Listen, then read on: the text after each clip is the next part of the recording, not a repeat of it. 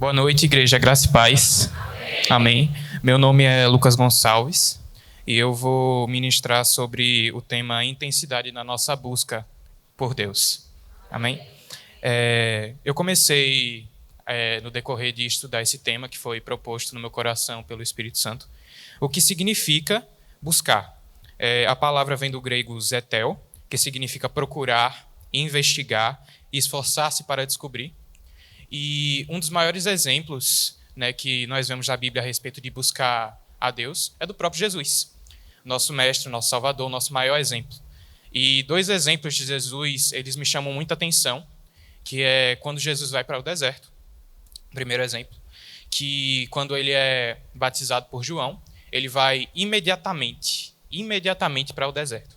Nós sabemos que ele é tentado por Satanás no deserto, mas o que Jesus fez durante esses 40 dias? E não tenho dúvidas de que ele ficou buscando mais a Deus. Nós sabemos que o antecedente para Jesus começar o ministério efetivamente dele foi esse período que ele passou no deserto. E ele, além de ele ter o propósito de ser tentado pelo diabo, porque a Bíblia diz que Jesus foi para o deserto para ser tentado pelo diabo também, nós temos também a percepção de que Jesus ele dava a verdadeira importância para seguir a Deus e buscar antes dele fazer o ministério dele. E eu pesquisei algumas características do deserto e, cara, faz um calor de 50 graus ao dia, pode chegar a 50 graus no dia e durante a noite pode chegar a 0 graus Celsius. Eu imagino, meu Deus, como é que Jesus dormia lá? Porque Jesus tinha que dormir, gente. Ele não passava 40 dias acordado. O nosso corpo não consegue passar muitos dias sem água, então Jesus teve que buscar água. Eu não acredito que Jesus foi completamente preparado para o deserto, porque depois do batismo de João, a Bíblia diz que ele foi imediatamente para o deserto. Então ele teve que sobreviver lá no deserto. Muitas dificuldades devem ter se levantado, principalmente a tentação de Satanás, mas ele decidiu priorizar o relacionamento dele com Deus. E como é que está o nosso nível de busca atualmente? Em Filipenses 3, 7 e 8, Paulo diz: mas o que para mim era ganho, considerei como perda por amor de Cristo. Sim, quanto a tudo isso, considero como perda todas as coisas, em vista da excelência do conhecimento de Cristo Jesus, meu Salvador. Por amor dele, rejeitei todas essas coisas e considero tudo como esterco para ganhar Cristo. Em Marcos 13, 30, que é o primeiro mandamento que Jesus fala, ele diz: ame ao Senhor, o seu Deus, de todo o seu coração, de toda a sua alma e de todo o seu entendimento. E todo o seu entendimento. E este é o primeiro mandamento. Então, o próprio Jesus, ele nos comanda amar a Deus, e não tem como amar a Deus se não buscar, não é verdade? Eu, quando era pequeno, eu tenho a minha avó, o nome dela é Francisca, e eu dizia que eu amava a minha avó quando era pequeno, e as pessoas perguntavam: nossa, por que você ama a sua avó? E eu falava: porque ela me dá muito presente. É um amor bem interesseiro, né? Mas algumas vezes nós ficamos detendo a Deus ao que Ele pode nos dar. A gente muitas das vezes fica não perdendo nosso tempo, mas investindo muito do nosso tempo em somente orações de petição, enquanto nós esquecemos de adorar o Senhor pelo que Ele é. Ele é santo, Ele é digno, Ele é maravilhoso. Ele gosta de nos dar coisas, mas nós não podemos somente nos deter a isso. Continuando. O que nos impede de buscar a Deus além do pecado? Nós sabemos que o pecado é uma barreira. São as distrações. Em Hebreus 12, versículo 1 e versículo 2 diz: portanto, também nós, visto que estamos rodeados por uma grande nuvem de testemunhas, livremo-nos de todo peso e pecado que tão firmemente se apega a nós, e corramos com perseverança a carreira que nos está proposta. É muito interessante que esse versículo ele dá uma diferenciação entre peso e pecado. Então significa que algumas coisas que nos prendem de buscar a Deus não são pecados, são pesos que são coisas lícitas. A gente vê Paulo falando que tudo me é lícito, mas nem tudo me convém. E isso tem se tornado algumas coisas, alguns pesos, e faz com que nós nos distanciamos do propósito que Deus tem para nós. Amém? Nós também percebemos em Lucas 14, 16 ao 24, eu vou ler aqui. É uma parábola sobre a grande ceia. Jesus, porém, respondeu: certo homem deu uma grande ceia e convidou muitos. Na hora da ceia, enviou o seu servo para avisar os convidados: venham, porque tudo está preparado.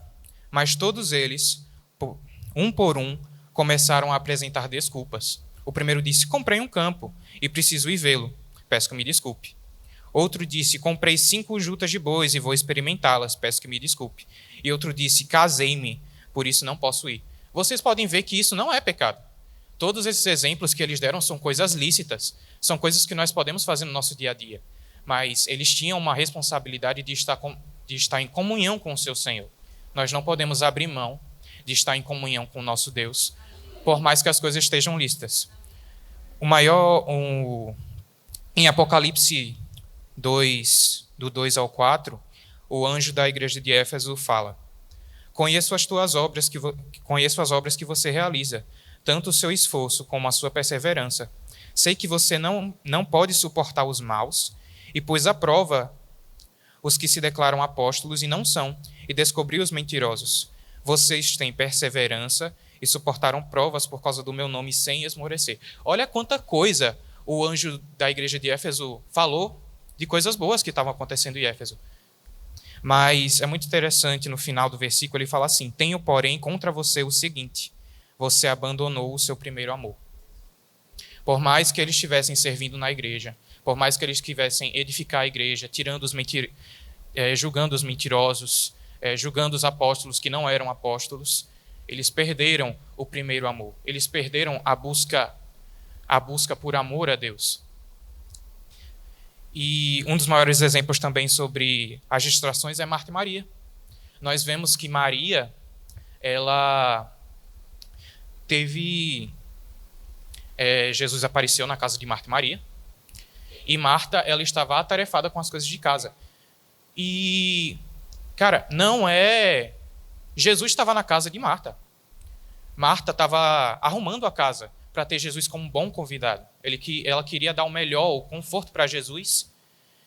E por mais que aquilo fosse lícito, não era a hora dela estar arrumando a casa. Ela deveria estar, como Maria, aos pés de Jesus, escutando os ensinamentos. Por mais que algumas vezes, por mais que a casa ela queria melhorar, né, a estadia de Jesus na casa dela, ela não percebeu que o mais importante era estar em comunhão com Jesus naquele momento.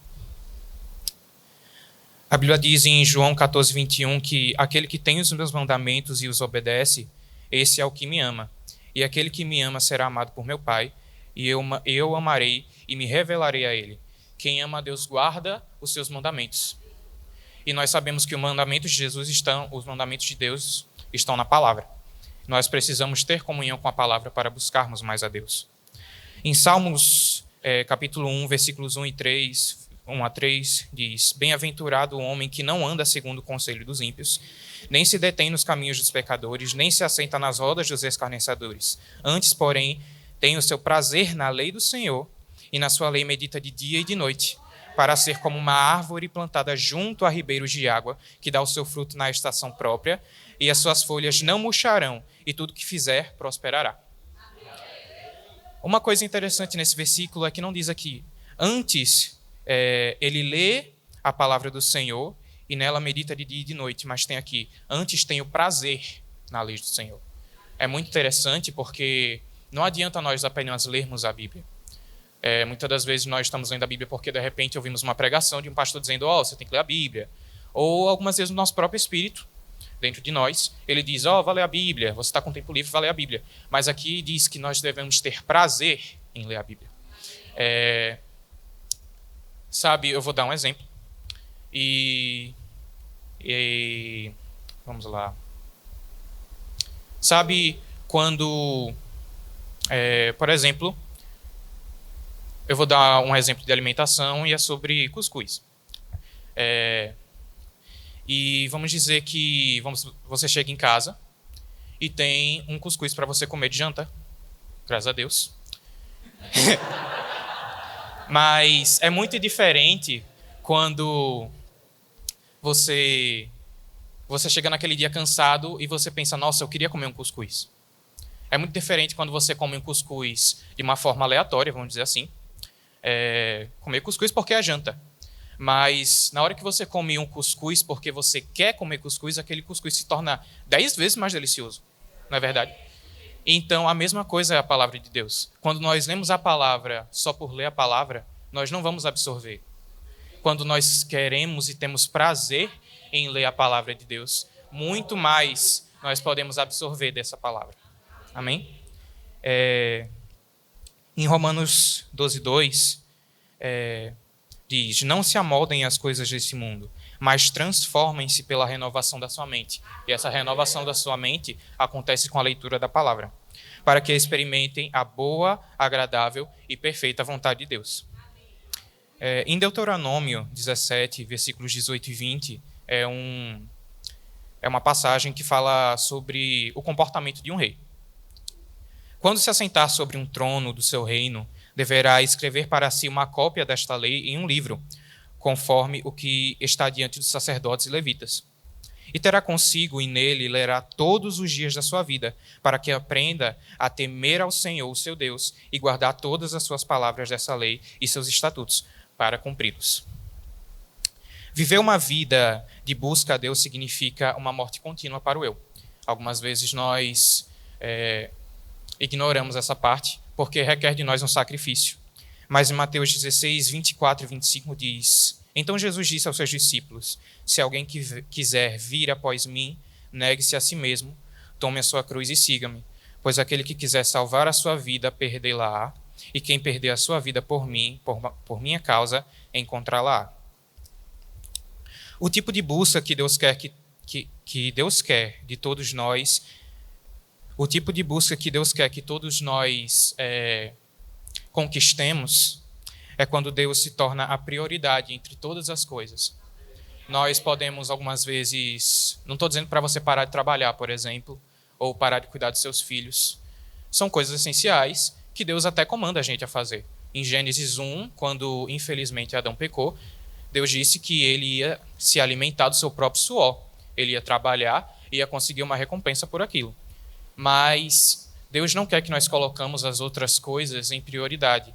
Ele quer que sempre a prioridade seja Ele. Por mais que nós trabalhamos 8 horas por dia, mas o que nós fazemos? Qual é o nosso primeiro pensamento quando chegamos em casa? Será que é talvez comer, ou é dormir, ou é assistir alguma coisa na TV, ou é mexer no celular? A nossa prioridade tem que ser buscar o Senhor de todo o nosso coração. Amém? Para finalizar a minha ministração, eu queria ler uma parte desse livro aqui. Eu me inspirei nos ensinamentos do Rema e nesse livro. E eu quero recomendar muito a vocês, até que nada mais importe, de Luciano Subirá.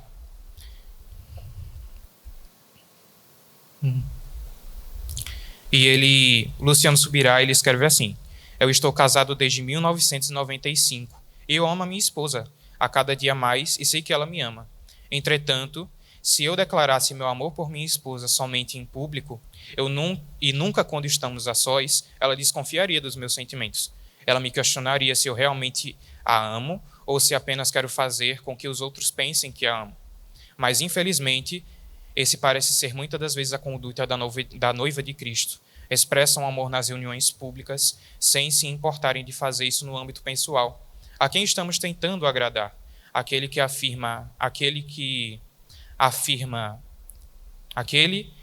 afirmamos amar ao público ou que assiste à nossa declaração de amor.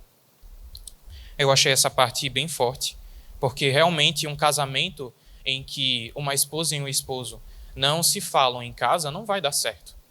Já imaginou um casal que só diz declarações de amor um para o outro em público?